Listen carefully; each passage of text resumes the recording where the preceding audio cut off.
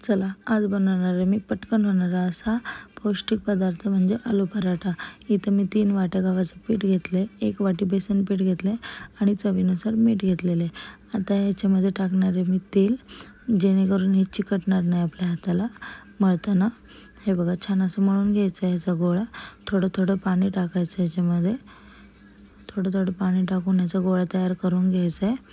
असा मऊसूत गोळा करून घ्यायचा आहे, आपल्याला जास्तही पातळ पीठ करायचं नाही।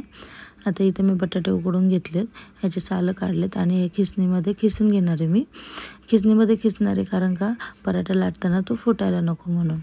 आता ह्याच्यामध्ये टाकणार आहे मी 1 कांदा चिरून बारीक कांदा चिरून टाकायचा आहे। त्याच्यामध्ये टाकणार आहे मी मिरची, जिरं आणि लसूण ह्याचं वाटण करून टाकणार आहे।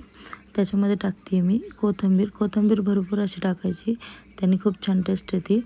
चवीनुसार मीठ टाकायचं आहे आणि ह्याच्यामध्ये टाकते मी हळद आणि थोडंसं लाल तिखट टाकते आहे। लाल तिखटने कसे चव येते, जास्त नाही टाकायचं कारण आपण हिरवी मिरची पण टाकलेली असते। त्यानंतर हे चांगलं असं गोळा करून घ्यायचा ह्याचा। हे बघा असे गोळे करून घ्यायचे आपल्याला पराठ्यामध्ये भरायला। इथे मी कणिक भिजली आहे का बघते। हे बघा कणिक आपली छान झाली अशी मऊ अशी। आता या कणकेचा एक एक गोळा घ्यायचा आपल्याला। कणकेचा गोळा घ्यायचा आहे, गोल लाटून घ्यायचा आहे तो आणि असं त्याच्यामध्ये हे बटाट्याचं सारण असं भरून घ्यायचं आपल्याला। हे बघा छान असं लाटून घ्यायचं आहे आता आपल्याला। इथे लाटून दाखवते, हे बघा सारण कसं दिसते। आता हे तव्यावरती तूप किंवा तेल काहीही टाकून ह्याला भाजून घ्यायचं आहे छान असा।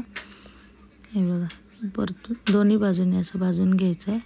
तूप तेल तुम्हाला जे आवडेल ते टाकून त्याच्यावरती भाजून घ्या दोन्ही बाजूनी। खूप छान लागतो, खूप टेस्टी आणि खरंच खूप पटकन होतो। तुम्ही पण खरंच नक्की ट्राय करा। लवकर होणारा पदार्थ आहे आणि पौष्टिक आहे आणि सकाळी नाश्त्यासाठी खरंच उत्तम आहे। थँक्यू।